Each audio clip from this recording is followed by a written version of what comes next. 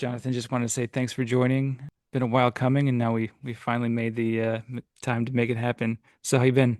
I've been good. I don't know. Yeah, it's like a time of lots of changes. My partner and I moved to New York in January, and it feels like I'm still like trying to figure it out. And like how I am has a lot to do with just like I think still trying to get accustomed to like a schedule. I just got back from Texas, and I got really sick like J July 9th or 10th whenever I got back, and that knocked me out for like a week. And next thing you know, it's July 22nd. And my previous apartment, I mean, this is all like boring stuff. My previous apartment, uh, like that lease ends on August 1st. So I like have another like final move to do from New Haven down to like New York. And that like I was spending all day yesterday moving. So it doesn't end. And it doesn't end. No, it's true. It just keeps going. But so you just got out of Yale, right? Yeah, I graduated from the painting program in 2023, 2 years ago. So what were you doing between Yale and New York? Um, yeah, I don't know. It was like a pretty cool, like, uh, I don't know, like going to school is kind of like a whole, uh, I don't know, like whiplash, like there's a lot happening. And, in my life, I think I've usually done things and then like have been in the middle of that thing, looking ahead towards another thing, and kind of having these like things like stack or like go next to each other. And, I don't know, like I'm older now, and I think after grad school, it made sense to just like stay. I got a teaching fellowship at Hartford University. Got to teach printmaking. Or actually before then, like the summer that I graduated, so like summer 2023, I received the Yale Prison Education Initiative fellowship that they offer. You could apply to teach at a Connecticut prison through the YPI program, and they give fellowships to two students to go teach. And then I taught that summer at a low security women's prison in Danbury, Connecticut, and like that's it, like that's its own like story that I think like I could talk about for a really long time, but informed um me as a person and also as a teacher, and engendered this like really deep love, and curiosity about teaching in a way that I've never really like kind of experienced before. So like then that fall, I taught at Hartford. So I kept myself busy with like teaching. Um, and I had like a studio space at this like factory building that a lot of like alumni get their studio spaces. It's called Erector Square, and this is like giant mill, that they. In New Haven. Yeah. Yeah. So it's Yeah. kind of like a period of like, yeah, I don't know, like it was, yeah, like all I did was teach and mainly just like work on my practice at my own pace, which was both like challenging and nurturing at the same time. Like school can is like really intense, and it felt like that year and a half felt really nurturing to try to figure myself out. I think I'm still doing that in a different way here, but the pace is different in New York City. It was just like kind of like a cool little time where I got to um make bad art and like figure it out, like just like burn through some of the like ideas that were still fresh like off the coals from like grad school.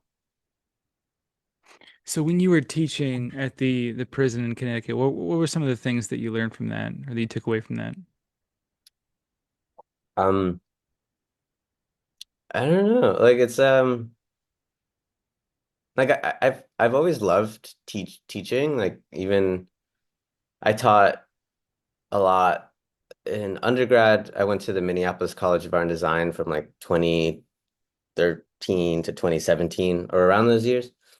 And they had a minor, and it was called like teaching artist minor. So even in undergrad, I was getting some like pretty like invaluable teaching opportunities to fulfill my minor, like trying to go out and get teaching gigs at like public schools or the museum that was nearby. So I knew I liked it. I knew that I like felt like inclined to do that kind of work like with other people. But yeah, it wasn't until that opportunity at Danbury where I like um I think it just like I think one thing it revealed to me that I actually don't know what I'm doing that much. Um uh I taught at a low security prison and um that So yeah. did you mean it revealed that you didn't know what you were doing so much as an artist or as a teacher? I think both. Like I think like an example like okay, it's like an like I think what I mean also yeah, it also taught me that they're very connected, my teaching and my like art practice.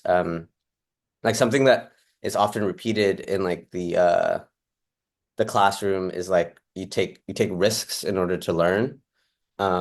You that's the way you grow. That's the way one kind of like there's a framework in which that makes sense.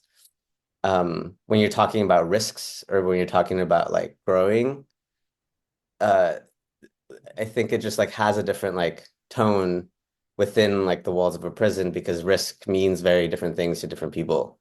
And like, oh yeah, and then I would take that back to the studio, like risk isn't always like the end goal to push students towards like that thing that you need to like explore or do something new that those things have very like tangible subjective consequences at times. So what is like the goal of learning? And it taught me to be very like curious, like as much as one can be toward each student. Like every student has their own investment and their own like potential and like wants in like a drawing. One student might want to construct a convincing image, and someone else might want to like just like pour energy that they have built up into a composition.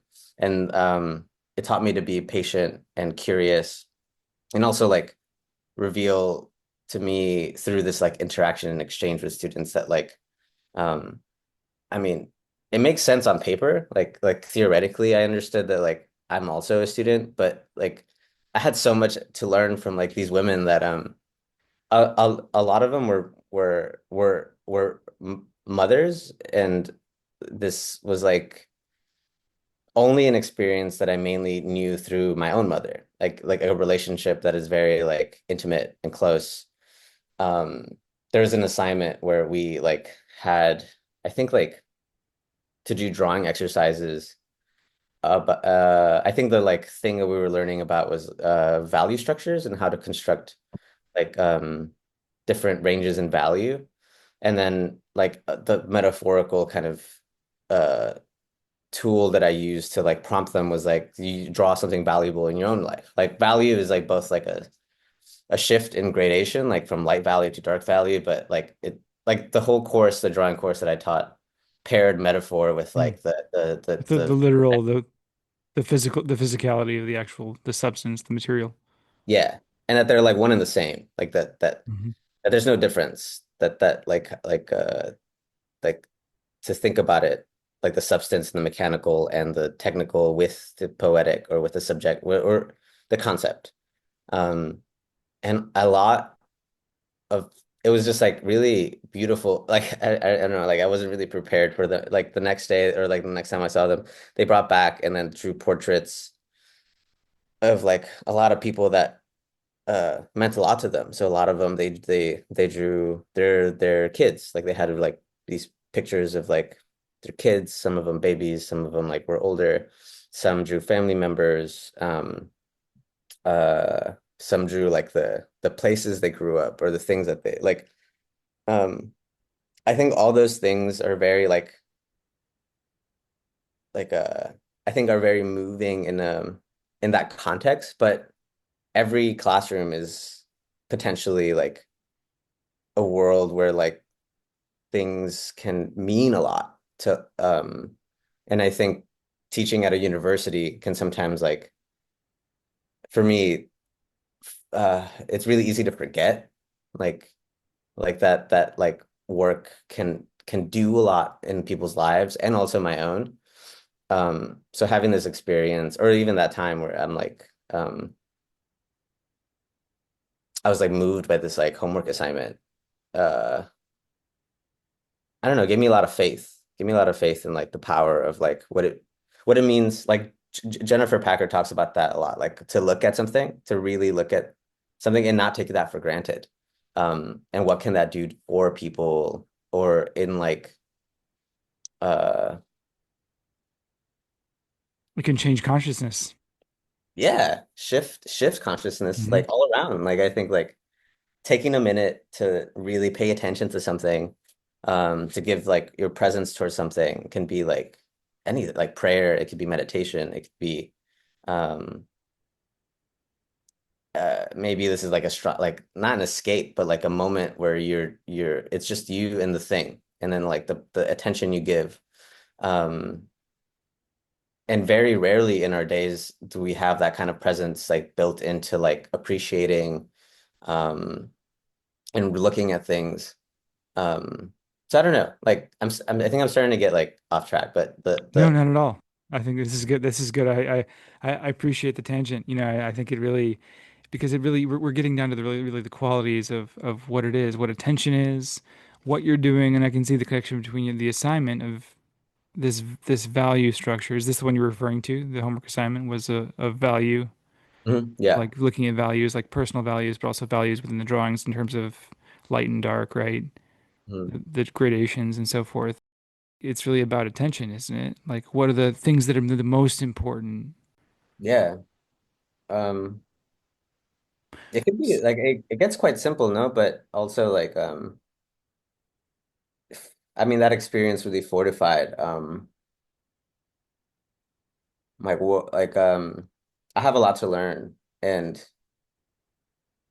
the the ways in which like that affected my studio practice was really profound because um it shifts like my own relationship to value or like what's important or like um one last thing that I took away from like that experience was like trying to okay like my job is to develop drawing skills to give credit, which is like a really beautiful program. YPI gives them college credit for taking the course. So it's like an incredible like program, but it's an intertwined with this institutional like bureaucratic kind of like jargon that like okay, when you look up a basics drawing course, there's these like things that you're supposedly supposed to teach, and it just like is.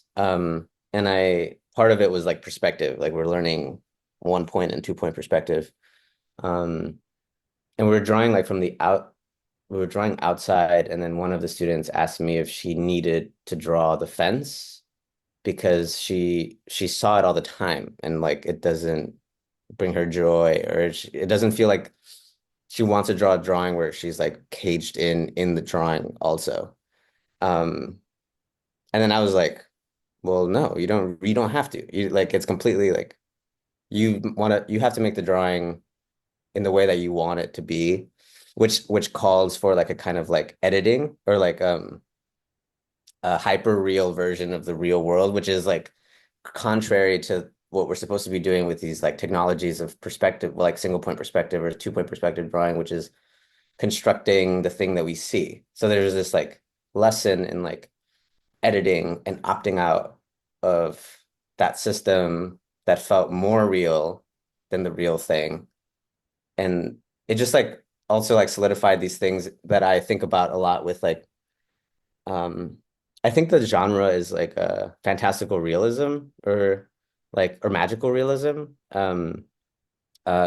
Gabriel Marquez, who wrote like 100 Years of Solitude, has this famous quote from his Nobel Peace Prize speech that I think about a lot, and it goes like something like art like artisans and beggars, robbers and poets, vagabonds and scoundrels. All of these people have had asked very little of imagination And I think he's talking about Latin America.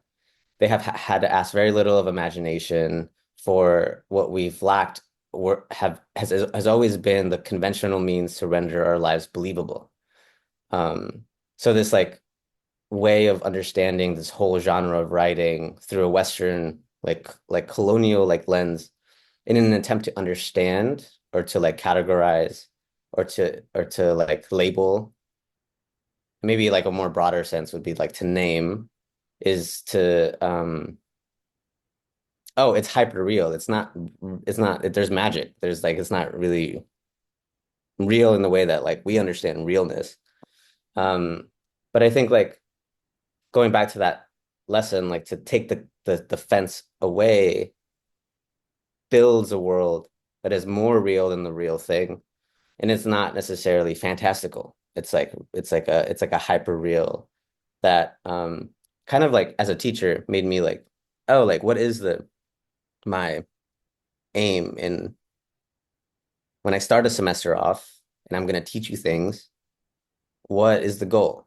And I think I'm still trying to figure that out, but it is not to like make you a good drawer necessarily. It's to like give you the tools to render your life believable, I think, in the end, like I, I don't know.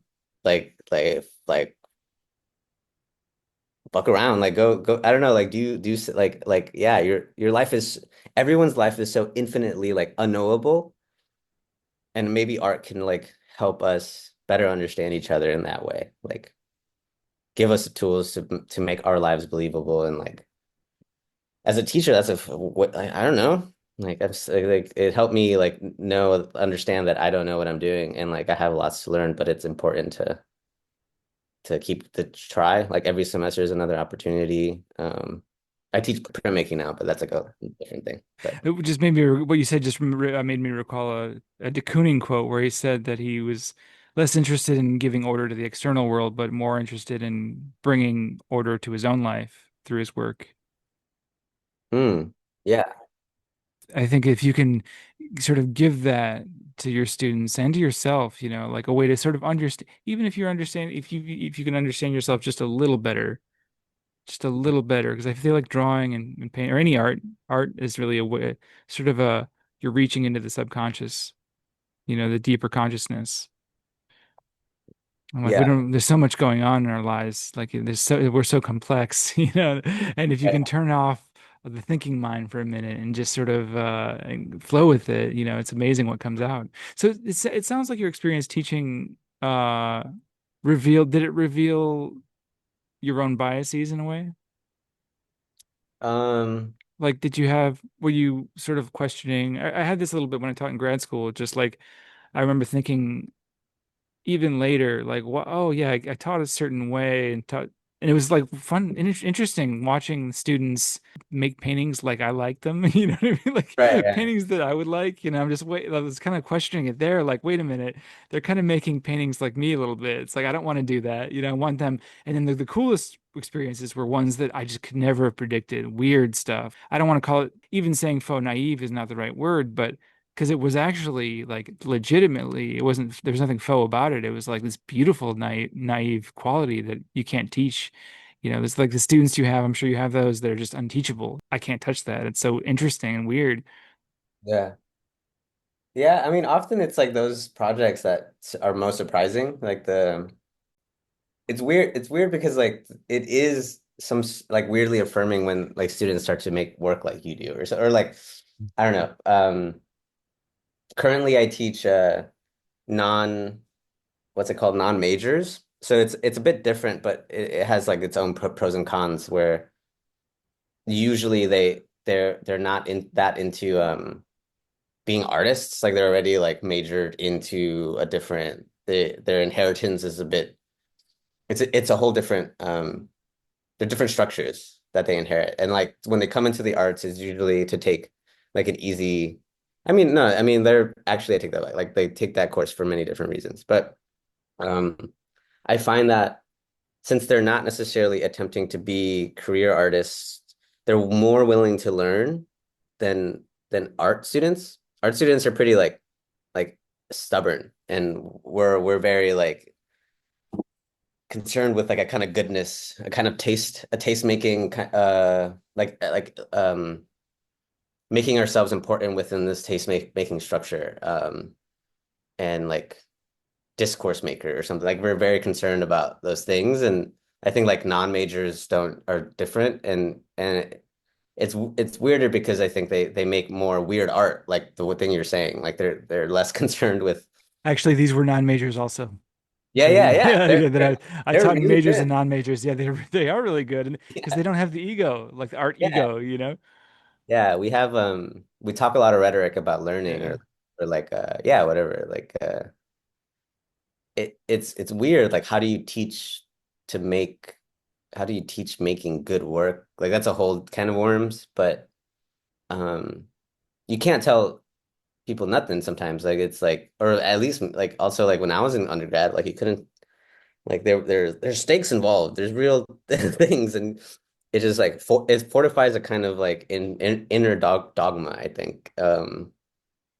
And it can be hard. It can be hard to teach art students, but anyway, like it's very cool because like often they'll surprise me. They'll do like really weird things, um and the same thing every chapter. Like I teach a survey printing course, so like every chapter of the semester where we learn a new technique, there's a different metaphorical like framework that goes into it. And I like thinking about the ways that like, yeah, they're not going to be career artists or like, I don't want to say that, but like their minds aren't really like in fortifying that part of their like life, being a professional artist. And they're more willing to like listen, I think. And I tell my students like all the time, like the ways that you like approach the press bed, or you approach like the matrix and like making your work will make you like a better partner, will make you like a better listener, or like be it's these are the same muscles that you'll exercise when you have to like apologize to somebody or so like you every time you'll like go to make a wood block, it'll like come out shitty and not the thing you want it to do. Like it'll do different things. Like teach you about like the limits of translating something. Like okay, you have this idea and you want to draw this anime Goku or something, or you want to like draw this like cartoon that you like, um, and it's gonna come out like completely not the way you want it to. And like, how do you find the words when you like need to like say something difficult to somebody, or like to like we all are often in places where we need to find the right words for something and we can't find them. Um, so like just think about it that way. Like it's just like it's disappointing.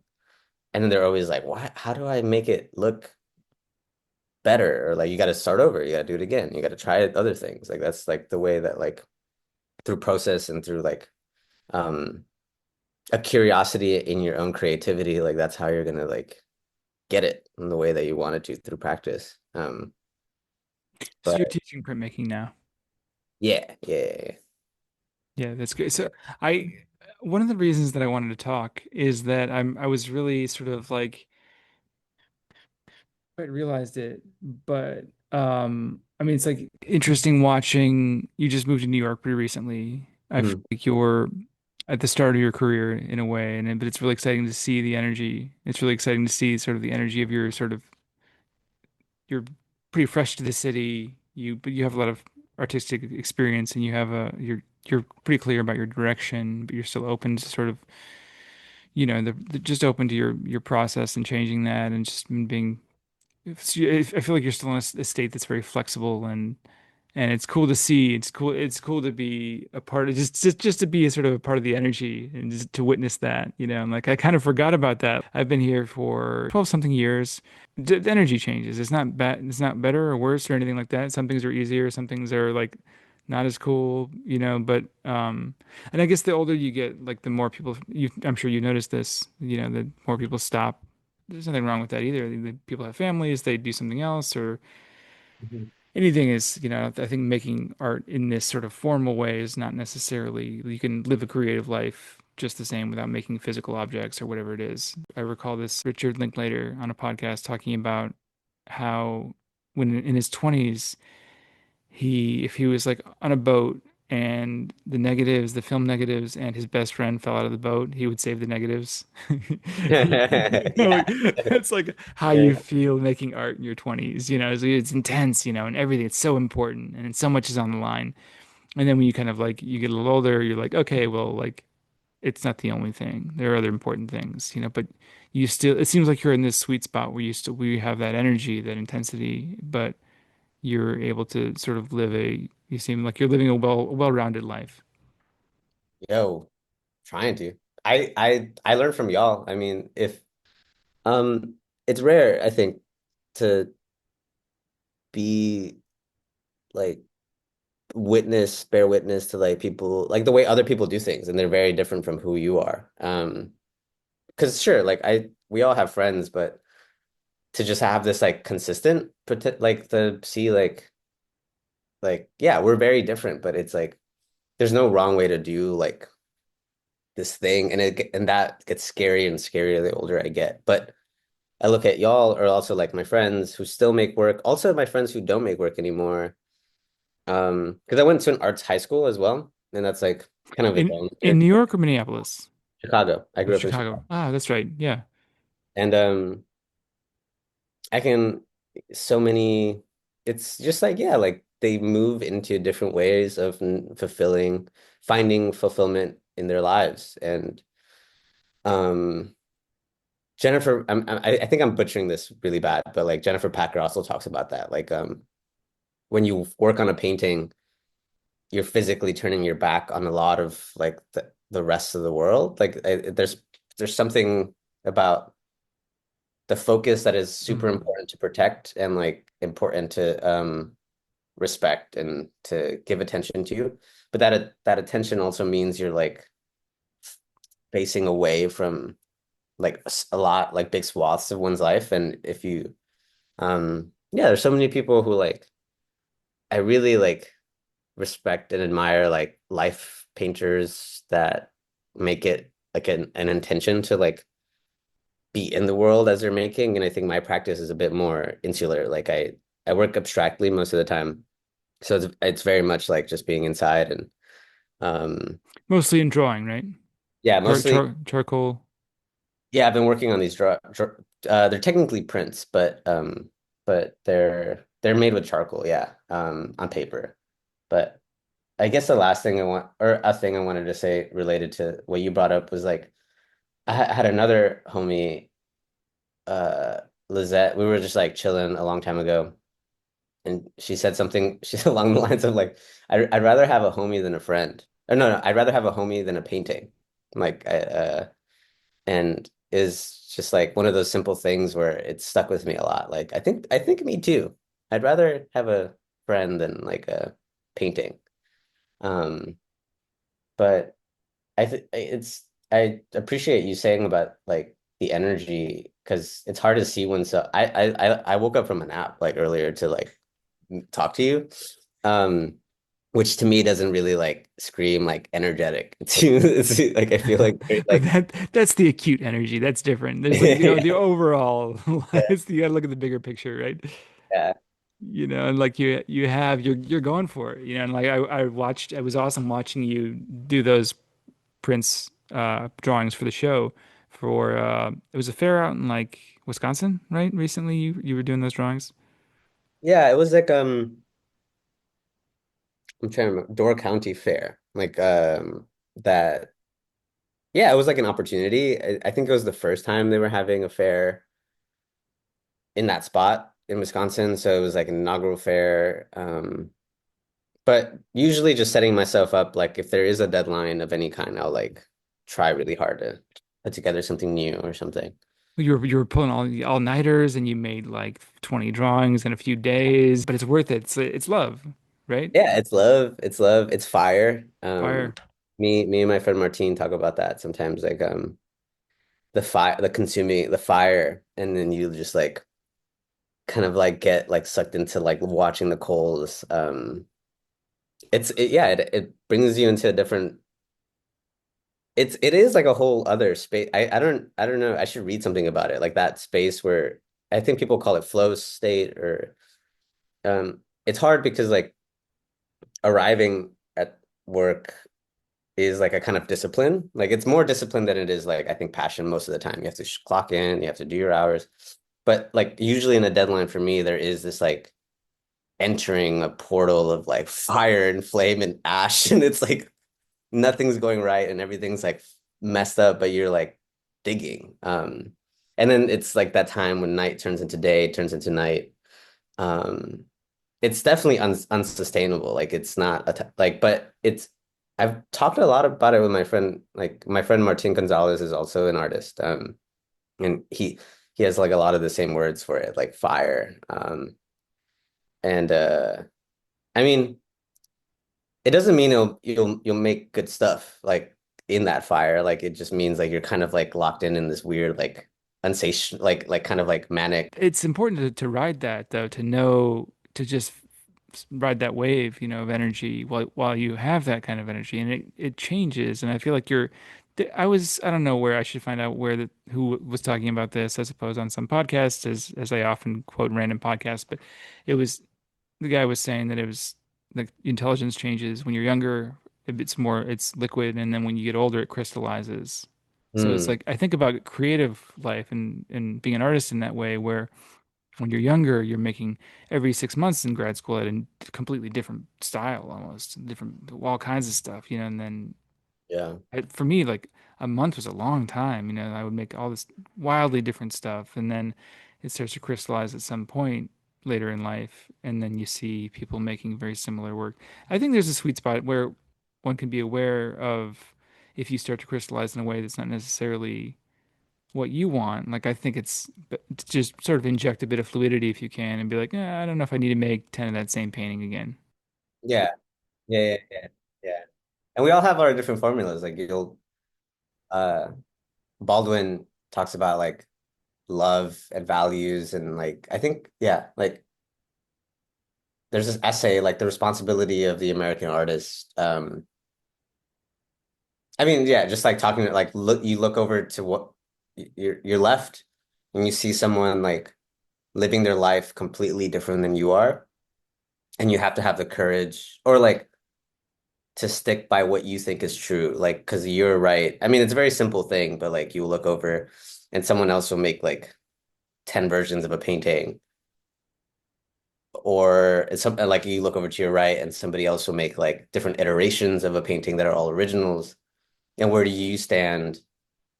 What do you do? And like our values change or like we change, and it's weird. Like the hard part is not looking over and me being like, oh, Dan's like doing this. I'm like fucking it, or like I'm like messing up or something. Like we just have to like um what happens. Like for me, when I was making that work for like the fair, I think I had like I was gonna turn in five frames. So I knew that I had to make like five works, but I wanted the works to run on like to burn on all cylinders, like to be really good for me, or like to like um which meant that I had to make like 10, not like versions, but like 10.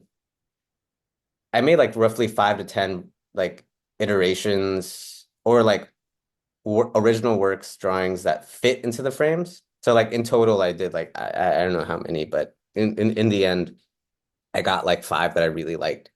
Um but I don't normally work like that. It just depends on like kind of like what needs to happen. And the drawings also came from like this question because I've always been a printmaker. Like my whole trajectory since like undergrad has been like I've been predominantly a printmaker, and I think about print as far as like the the meat of what I'm interested in is like what is lost in translation. Like the when you take something, a matrix, and you like stamp it onto a substrate, there there's like this whole like system of like information lost and information like created and then translated, and that whole system of like making things is really fascinating to me because it's pretty good at thinking through like how we communicate to each other in just like even just like right now like trying to translate my ideas into like language that then you and understand, and there's this like kind of like metaphorical print that happens between like us. But it's also good to thinking about like shifts in language, like Spanish to English or in other languages. But anyway, like the drawings came from this question of like, can you make a can you make a drawing can you make a print that is both matrix and substrate? Like metaphorically, can it be both the wood block and the print at the same time? Um, so I started making these paper airplanes and drawing and coating them in these like with a charcoal powder. So when they're in object form, they kind of like I would like color in like certain facets of the object, and then once like 50% of like the surface was covered or something, I would like unfold it and then flatten them with an iron, and then they would construct these like kind of patterns that resembled a single point perspective drawing. Um, I remember that was the first thing I saw of yours. You were sort of tapping into this feeling of like drawing on your textbooks as a kid, or drawing on the book covers, or they were like kind of street, in a really cool way. But now that you tell me this, that you wanted it to be the substrate and the thing itself. What did you say? The substrate yeah, the substrate and the matrix. and the They're like, matrix. And that's fascinating. Is that even possible? I would never even think that's a great sort of objective or goal or question. It's a really a question you're asking. yeah, And that too, like there's always going to be some slippage, right? When you have an idea, you say something to me, you project it in your mind like a print, and then you give it to me, it's going to be a little different in my mind. right. I'm There's interested in that slippage there. everything like yeah, like the slippages make our world navigatable. Like Yeah. the slippage on a drawing between like a light value and a dark value makes contrast. And contrast is the way contrast in a drawing is the way we like understand depth or like understand like difference. So like slippages uh outline the contours that render our world. Like that's the thing that we use to like place ourselves in space, but it's also the thing that is like a mistranslation. Like the world is of mistranslations, and like how do we how do we understand each other better in that world? I don't know. I think you just nailed down exactly what sort of one of the biggest issues in the culture now is that there's not nuance, and I think when you really think deeply about this stuff, you realize how much nuance there actually is in everything, and I think we want things to be easy and understandable, bad, good, right, wrong, etc. But that's just not the case. And I think it's all about the edges. I think it's really just a privilege being an artist and knowing people like you who really you're really showing that you're really getting at the details, the stuff on the edges. You're putting a spotlight on that.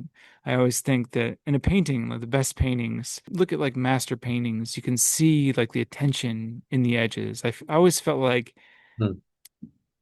I don't know, I know nobody ever said this, but I always felt like if God was in a painting, it would be in the edges, That's good. you That's a good know? one. Yeah, yeah, that's a good. You said that. That's a Did good I one. say that? Somebody probably said that. Yeah, I don't know if I've ever said an original thing in my life, or if anybody ever has, Yeah, yeah. I I went to at Yale, you could take classes in different schools, and I took the best class I ever took was this class called Suffering, and it was in the divinity school.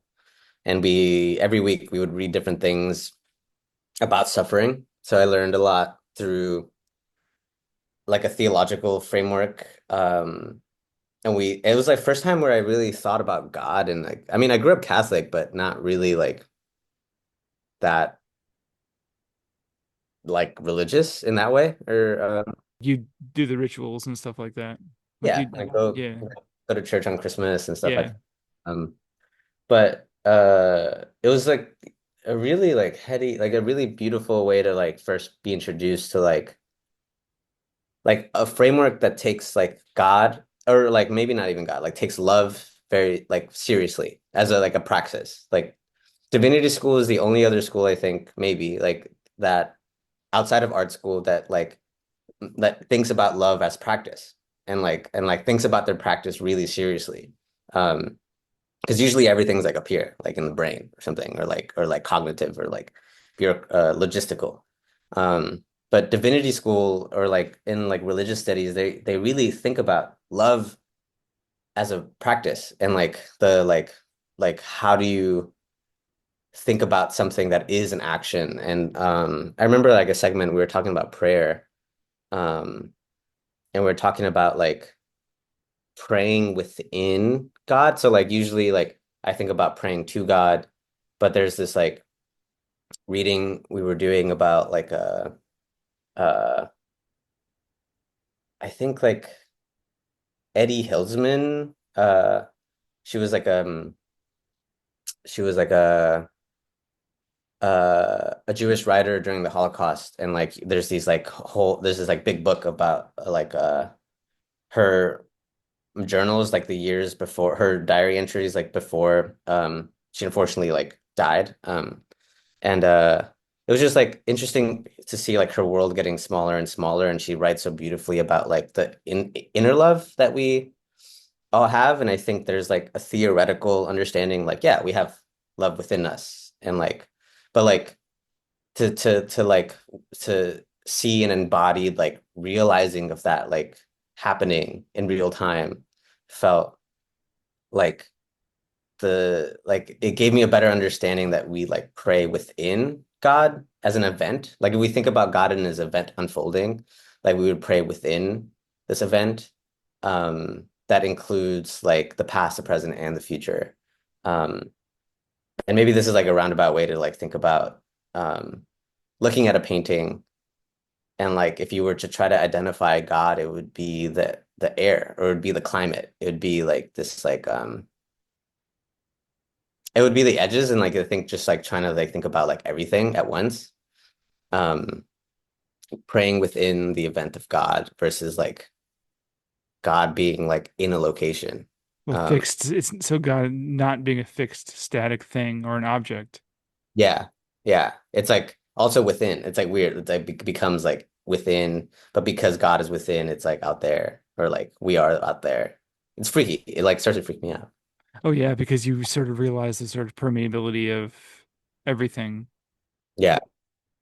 It seems to sort of hint more at maybe the validity of panpsychism, right? Whoa. Do you ever get into that? Like it's like the idea that everything is conscious and alive, and that consciousness is located like every molecule, everything. I don't know a whole lot about it. There's a book that I've been meaning to read by Philip Goff, Hmm. this philosopher about panpsychism. Basically, everything like I mean, the different kinds of consciousness, different levels of awareness. I suppose an object like a table or lamp is not the same kind of consciousness as a living entity, but it's still conscious. It's still part of the one, all the consciousness. Hmm. And which is probably, I think it's probably more accurate if you think about it. And it makes more sense if you're praying within this thing, not to something. It makes a lot of sense, right? Everything is actually a part of it, not just the one. Having a hierarchy is really inaccurate too. But Hmm. maybe we needed to have a hierarchy in order to get to the place where we understand. I think just in the same way where like Yuval Noah Harari, do you know him, the philosopher or I guess historian? He wrote the book *Sapiens*. He talks Wow. about it's a great, fantastic book, but he talks about nationalism as being an important step. Although it's extremely dangerous, it's still an important step to get to the next phase of. So, like with nationalism, you could see somebody who you'll never meet, way across the country as a brother or sister, Hmm. somebody that you can relate to and somebody that you're connected with that you'll never meet. That's really a leap if you think about that. Like it's a step above tribalism.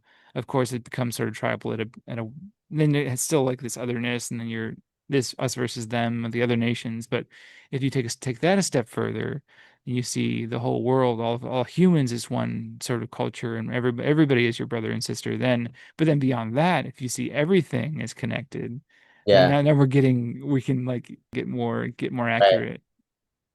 Yeah. Um, Huh. It just feels like, yeah, like if like things when they start to get like big, I think they start to get like abstract or Yeah. like I think it's physically impossible for us to like comprehend a billion or something like that. Like at a certain point, like we are of the universe, but our gift and like our curse is like that like our consciousness is specific, like you were saying. Like it's a specific kind of consciousness. Um that I think like makes it hard to like get away from our egos, but also like I don't know, we can do a lot of things. It's kind of like art's really good at doing some things and really bad at doing other things. And I think we're like kind of similar. Like if we're like I feel like like we are like at my limit, I can't grasp everything unless it's like these like fleeting moments that we've all had, like being like going on a hike and then like looking out into the mountain range and for like a second you can kind of like feel it and then it's gone. And like these moments of like I think in order to like fully like feel like humankind like that, we have to like make more space for that kind of like holding everything at once. Like we like which yeah, we just like I don't know, more presence, more praying, more like meditation or something, like kind of like exercising those muscles. I agree with that. It's something that needs to be exercised, and it has to be just like love, and just like the idea of this a God that is not fixed, not one object. It's like the whole experience. It's not static, right? You always have to work at it. It's like if you think of love as a verb, you're always working on it. You're always coming back to it. It's as a practice. Just seeing Yeah. that it can change, certainly can change consciousness. Speaking of changing consciousness, tell me about your trip. Tejas. It was good. I think like some things I can't really talk about because it's like a little sacred or something. It was a success. I mean, I think I can, yeah, like there's like like I want to it was so I went with my friend. You don't have to be specific, but you can say that maybe you had had a ceremony. Yeah, my friend Martin has been trying to like has been invited me to this ceremony down in like El Paso, Texas for a long time. And I think I've it's that change that you were talking about, the kind of like it's interest like that energy, but also the uh like I think I've been very arrogant for I have been very arrogant for like and I blame I blame like trying to get professionalized early on or something like my career or like I don't know or whatever or like things that feel important that you have to upkeep that kind of really aren't because you'd rather have a homie than a painting, that kind of stuff. So anyway, my friend Martine's been trying to invite me to this like ceremony for a long time. I've known Martine for like 10 years and he's been going for like 7 years and anyway like I think recently just like moving to New York like something shifted and like I made the intention I'm gonna go I'm gonna go with him um and it was really beautiful like it was like a week of like ceremony. There's people who pray who participate and then there's people who support and I supported this year. um and like it was kind of cool in the way it was like it was cool in the way that like it didn't change like it would be weird if I came back like super changed or something like or like completely different because I think that'd be like some sort of rupture that I don't know, it felt more authentic to like be like oh I've learned it's like meditating, you get like really clear senses of like I believe in this. Or like there's moments of like through hard work of like basically supporting is just like working on the ground. So you have to like clean, you have to like make sure things are done in a certain way. You're constantly like being like asked to do this and do that, do that. So there's like a lot of things that need to get done. And it was just like I learned a lot just through that path of like getting like 1 to 2 hours of sleep a night and like constantly being exhausted.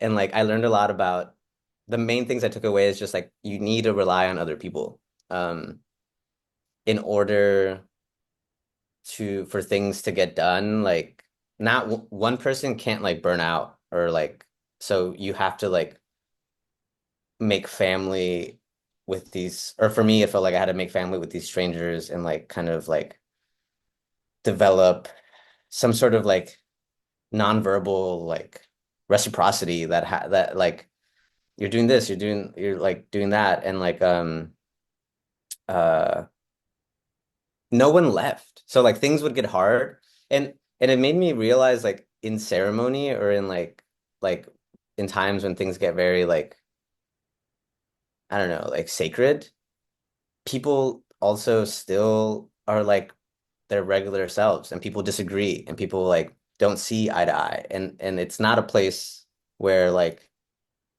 uh like everything worked perfectly. Like things actually were really like chaotic in the way that humans are chaotic, but like things still worked. And I think often I only see the chaos, like rupture, like, and it was like this condensed time where I got to see like, oh, there's like nothing else to really learn. It just is. And this is like another way of like looking at the thing that is in like human nature.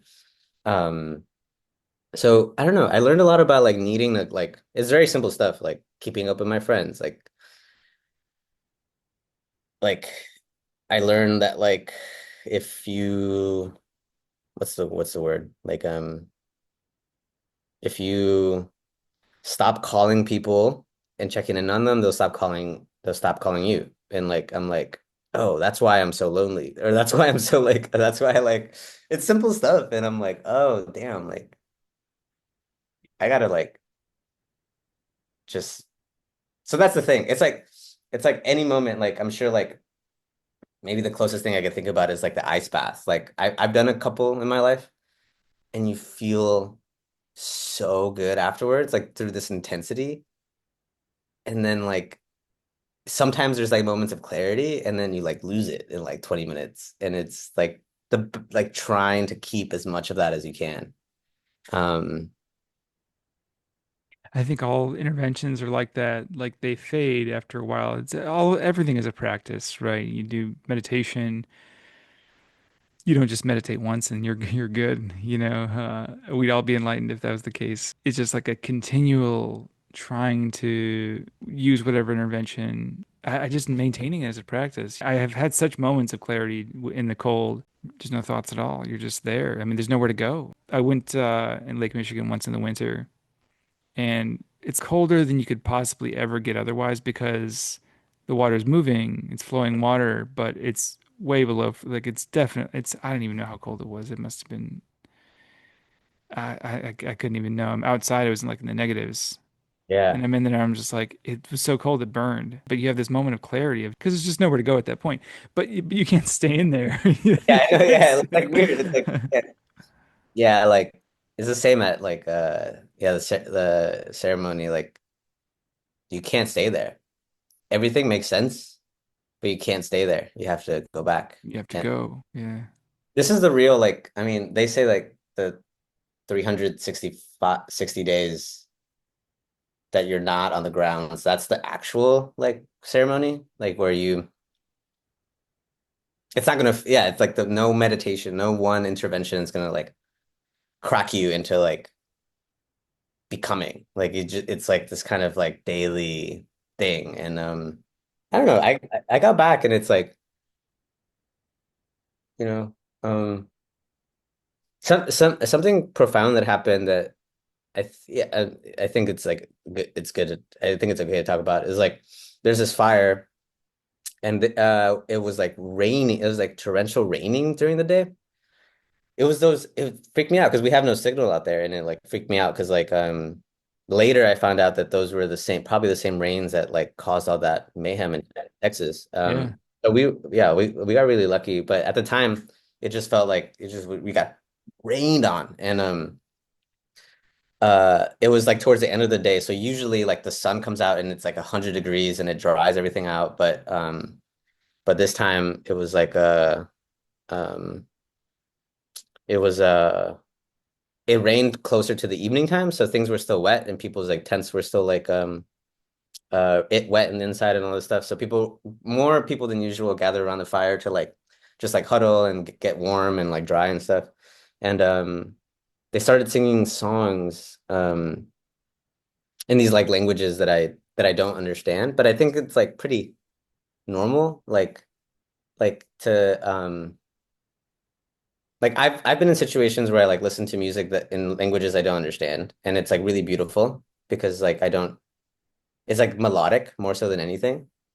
But they were singing these songs, um, uh, and I wasn't really paying attention. I was just like kind of by the fire, and then all of a sudden, like the next song, um, that they were singing just was like "Happy Birthday" in Spanish, and they were singing "Happy Birthday" to like the fire and the ground. Um, but it was in Spanish, and then I was like kind of like confused as to like like I felt like I was like making things up. Like I was like, I can understand this. Like this is like different than all the other songs that were playing or But that they were do playing. you speak Spanish? Yeah, I do speak Yeah. Spanish. So it Yeah. was like this weird moment where I like broke. I like started to break down. I was like broke down and I like started to weep really hard. Uh, I think it just like pulled me into this time where like we used to sing songs to each other, and it brought me back to this time where now like I was a kid, you know, like and I was a kid, um and maybe it brought me way back to a time where we used to sing to each other in like our own native languages, like at a time when you spoke a different language and I spoke a different language, and like it was like potentially a language that's like lost, but we understood it at one point, and it like I don't know, it like took me way back in this place that I've never been, and it like oh, it's almost like teleporting. Like I understand the song, and it Like past life regression, perhaps. maybe something like that. There's it just made me feel like I was like in a really ancient place, and I I I was like feeling so grateful for like songs, the fact that we have like songs to, and it made me appreciate like all like the times that everyone's like deadbeat singing like happy birthday like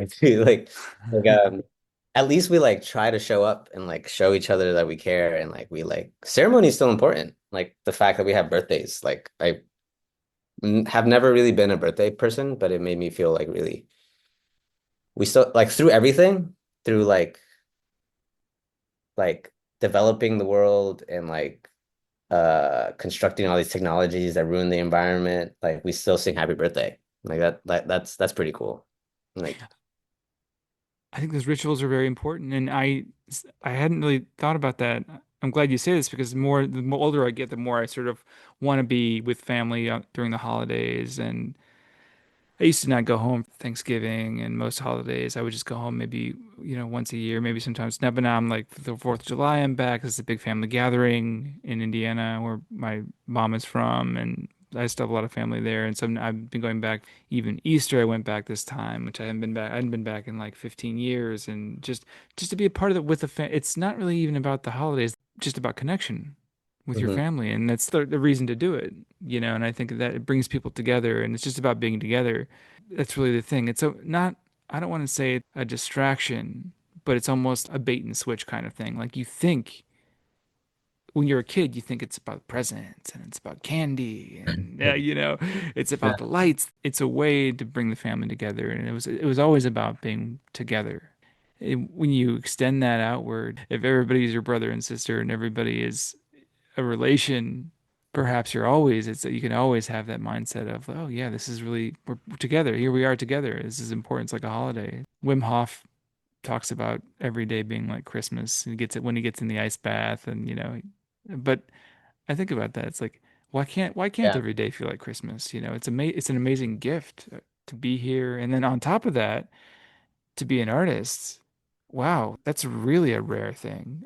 To have the freedom to do that, to have the privilege, the resources, the just everything that's necessary for that. I'm gonna try to make this like roundabout connection. Like my parents are divorced, and they divorced like when I was like in high school time, like around then. And it was like super traumatic for everybody. It was like, really messed up. And there's this like there's this like really deep wound where I like don't really talk to my dad because of just like the whatever. Like we all pick sides, I think, in a divorce, and I chose my mom. And I harbored this like really intense regret, or like this intense like not hatred, but like I just like yeah, like kind of don't I'm just like I don't really talk to my dad that much. Um but the older I get, the more I see that I think like it's hard to tell someone that you don't want to be with them anymore. It's hard for anybody to do something like that. And like it's this weird like contradiction where I'm like maybe I like do see the like difficulty it must have taken to like divorce, ask for a divorce, but also like it's like everything at once. Like it's also like the wounds that happen or like the hurt that was left behind. And I'm not blaming no one, and I don't know a lot about it. Like family stuff can get kind of like murky. You don't talk about some things, but um, yeah, there was this like kind of resentment of like, why would you ask dad to leave? Like we all need to be together, and it's like this contradiction of like someone's emotional needs versus like the collective tangible needs. And there's no right answer. Like there's no like way out of it. And so like it's interesting because like I also wish everything was like Christmas, but Christmas sucks. Like Christmas, because everyone's together and like it's just Oh like man. when Yeah. when potentially we should have had space. Like we should have ruptured. Like like that would have been a better version of some like not everything, of some things. Like some people need to live apart for a long time or something. But that couldn't happen. So like my parents have always lived in the same apartment building and they still do. Like my mom lives on the third floor and my dad lives on the first floor. And there's this like togetherness that exists.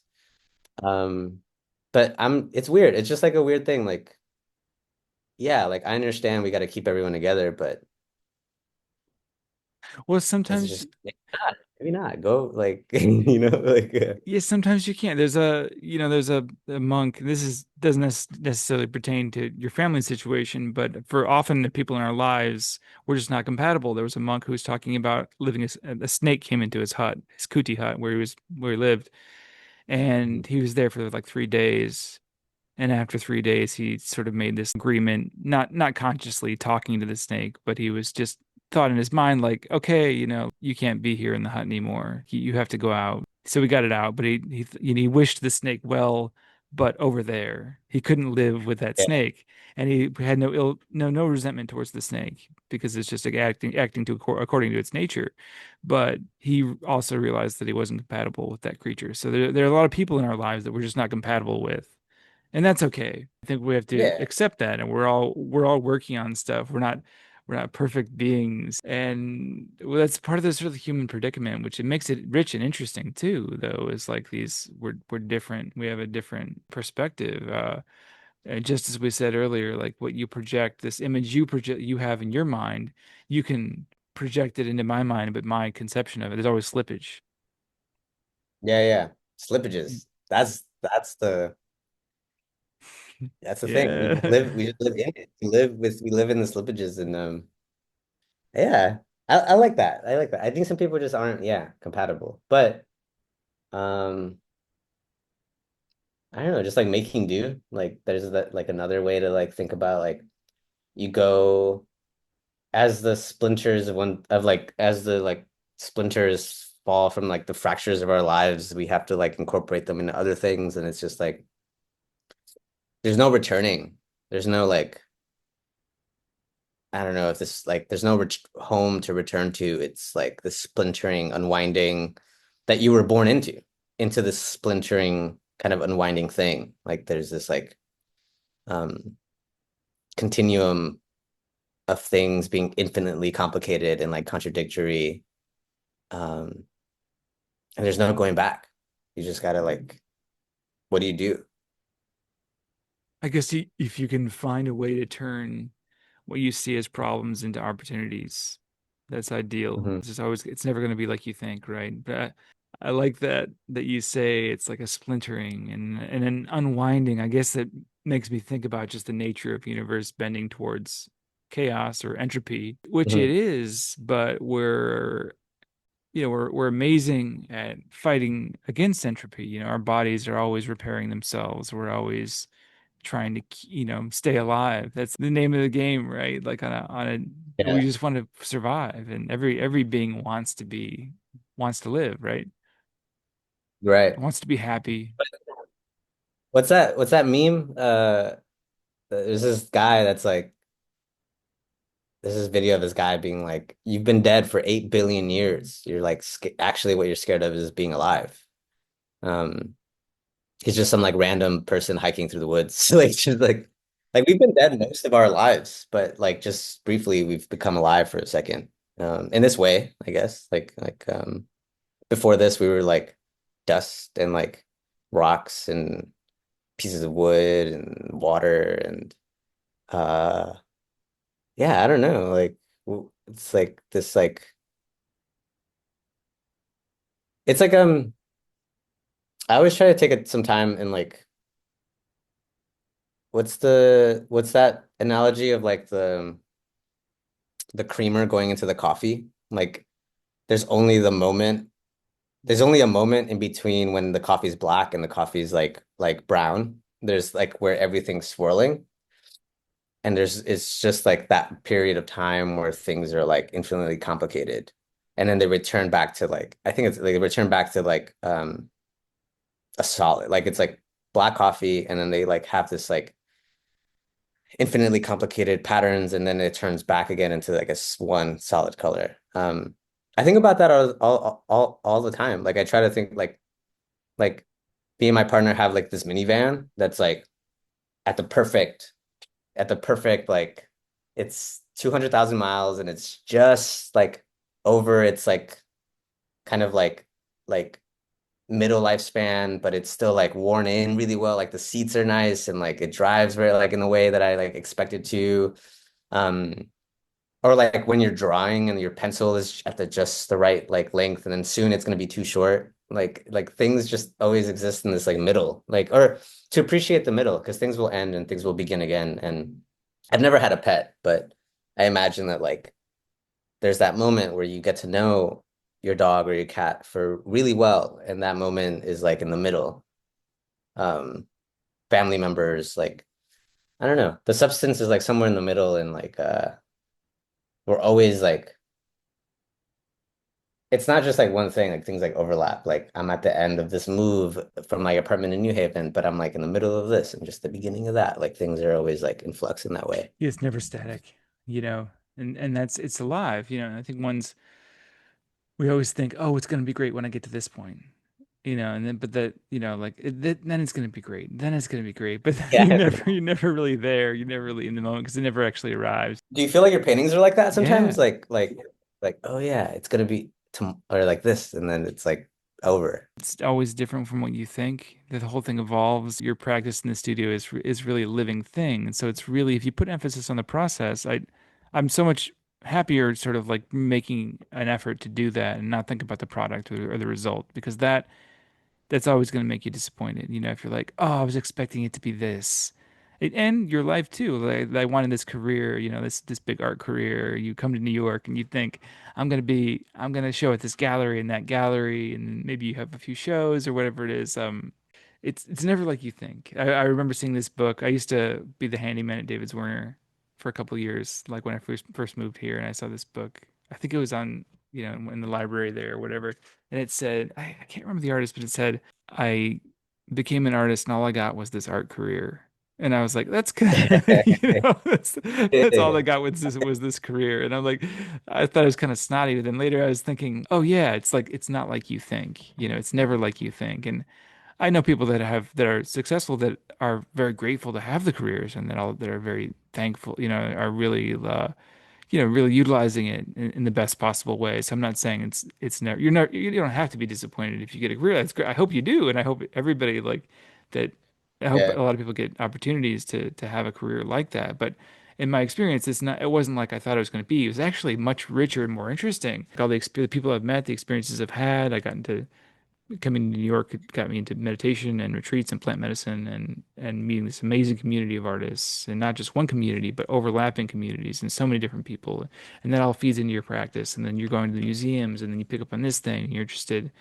Now I'm interested, and I'm on this Northern Renaissance kick, and I get to go to Europe to see these incredible, in my opinion, the great, right at the heart, the peak of Western painting in my experience, right. like this, in my biased opinion, was Northern Yeah, Renaissance, because it's so specific, and it's really yeah, about it's really love. You can see it, you can feel it, and that's what people I think are attracted to in any kind of art is love, which is specific. It's like you're doing this thing and you're continually doing it. You don't have to make right. you don't have to make these master figure paintings to do it. You can do any kind of work and just put a certain kind of intention and care and love and patience, all that stuff into it, and it comes out. I think what you're saying like makes me think about like love as we were talking about a little earlier, like love is a practice, and there's so much bad painting, and it's it complicates my understanding of mastery. It's not really like it's you got to work at it. Like if what makes a painting feel like it like it has some sort of essence in it that is like valuable, and that essence is like love, you got to practice that, and you got to like because then I feel like that's the downside of getting like too comfortable in a certain type of making is like you start to like make things automatically. And there's something about like that makes sense to me. Like, oh, like what do I think of love is curiosity? It's like making sure you like give something your full attention. It's like it's like a good framework to think about art making. That 100% like can translate or partially translate into the studio. Um, it's a good one. Attention is pretty critical here. Attention seems to be a function of love, right? You're really, really everything else in that moment. You're there. You're present. There's all kinds of distractions. I like what you say about how Jen Packer said. I got to get Jen on the podcast, by the way, but Yeah. I'll work on it. I like that you say that you have to turn your back on the world to make a painting, right? You're facing Yeah. everything else is you're ignoring for that moment everything else to do Yeah. this thing. Yeah. It's it's both things, like it's like the uh yeah, like you have to I feel like the ways that I'm unloving can be in the ways that I'm unthoughtful. Like I say I'm gonna do the laundry and then I don't, like or something, or like and then it's like I'm lying. Or not lying, but it's like kind of that's something that I want to work like after Yeah. Sundance is something I want to commit to is like to do the things I say I'm gonna do, which means like it don't mean I gotta be like it means I got to change my habits. I got to say less, you say yes to less things. Or like it means I have to change in order to like try to be more loving, a more loving person. It's hard. It's hard because there's the idea, the intention. It's easy for anybody to say this, but to live it, to embody it, like it's a different matter. I think I can understand why people become monks or whatever it is, because then their commitment to the truth is absolute. Like there's no messing around. You don't like at least in the Theravadan Buddhist tradition, they don't own it. They can't touch money. They don't touch it. So how can you can't own money, so that makes things a little easier in terms of Yeah, how yeah, you can't own anything really, so that like it simplifies it. Like I found $100 bill on the ground like couple months ago, yeah. and I was like, oh Oh, my God, $100. And so the first thing I thought was, is there more? Yeah. And then, That's such a yeah, yeah, that's such and a where's the wild thing rest? to Yeah, yeah. yeah, where's the rest of Yeah, the but yeah. I also thought like, is this somebody's? But what are you gonna go around and be like, hey, did you drop this $100 bill? Of course I dropped it. I'll take it. Yeah, But yeah, like, but yeah. a monk, wouldn't touch it. So it simplifies things. But for the rest of us, you have to really make a conscious effort. And I think you can through awareness and through thinking about it and through your intention, you can change, you can change your consciousness, you can change your life. So what are you working on now? Do you have some projects in the studio you're excited about? No, I mean I'm just moving. Like this next 10 days are just like moving things from New Haven. So that right now the studio looks like a storage unit, which kind of doesn't feel that good. But my project in August is to organize everything and to sort all the things that I want to keep and then sort all the things I want to donate or give away or throw in the trash. Um, so that's like my project moving into the August. And then come spring, I start teaching September. And then I have like a few months. Um, uh, Where are you teaching? I don't know. I don't know if it'll like happen, but there might be like another fair, most likely, maybe like in February. Are you, Just gotta wait. are you teaching at NYU? Mhm. Nice. Yeah, I'll That's be great. teaching.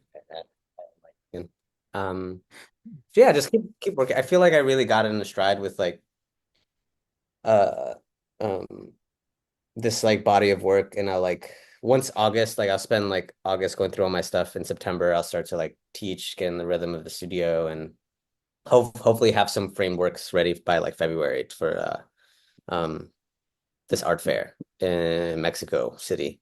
Um, but we don't find out for a while if it's gonna happen. So I gotta like wait and see. That's great, man. Um, That's great. You got these projects, you're teaching, you got your life shift. It's a very healthy, it sounds like you're in a very healthy place where you're shifting your studio, you're organizing everything, teaching. That's really it's and having some projects going too. That's very good. Yeah. yeah. God deleted my Instagram, so I'm like, it's interesting like starting over again. Uh, I have a new What happened Instagram. there? Yo, I don't know. I think I have a conspiracy. I think I posted too much about like fuck ice stuff, Oh, and I think I try to get Instagram to like tell me why like it like banned my Instagram, but it doesn't tell you specifically. Like the like entity of Instagram only just tells you that you like broke community you standards or got iced something. out. Dude, I got iced out. That's a good one. Dude, it happened. It was like, I mean, it happened like so like Sundance in Texas happened. It's a 4-day thing. And we spent 2 days working on the grounds. And sometime along those 2 days, I got a notification that my like account suspended. And then like we don't have that much signal, but we drove into town to like back like we drove out into the city of El Paso to have one last like final meal before like really getting into the thick of it. And and then I was like, while I'm here, I'll just like I'll ask Instagram to review my account because I like and because I'm sure it's a mistake. Like they're like doing this. And no joke, like it's supposed to take like 48 hours for them to review something. So I was like, oh, I'll find out when I'm out of Sundance. I'll like find out at the end. Um, and 5 minutes before midnight, technically the ceremony starts at midnight. I get an email saying that like my account's permanently banned. Oh, And I was like, okay, God, I mean, if this is your way of doing it, then I'm down. But it's like it was like the timing was so wild. And then it was like a 4 or 5 day like intense ordeal on the grounds where I learned a lot and now I'm back out. So it was like kind of if that's not a sign, I don't know what is. Like to pay more attention to like my life. Like to uh focus on like the things that are like kind of like nourishing and important outside of the internet or outside of my career. that sounds healthy. The quality of reality is so much richer. The internet, you're in this on this screen, this two-dimensional screen in this other strange pixelated sort of digital world, but what about the actual world? There's textures everywhere you look, color everywhere. There's just beautiful thing. I mean, look at a plant, man. I could stare at a Look flower. at us. Look at a flower. That thing is like with the technology that requires, we can't touch that, and we can't do it. The smallest blade of grass contains a kind of technologies that's far beyond anything we could make, and it's I guess the fact that it's just like it's around everywhere, so you sort of become desensitized to it. But the reality is the external world is so much more interesting if you're really looking at it. But that being said, I go down internet rabbit holes all the time, I'm like, because there are teams of people that are incredibly smart that are hacking your brain. They're biohacking our Yeah, they brains. know what buttons to push, unfortunately. You know. Well, Jonathan, it's been a real pleasure to have you on, and thank you again for doing this. Is there anything else you'd like to add before we go? No, thanks for having me.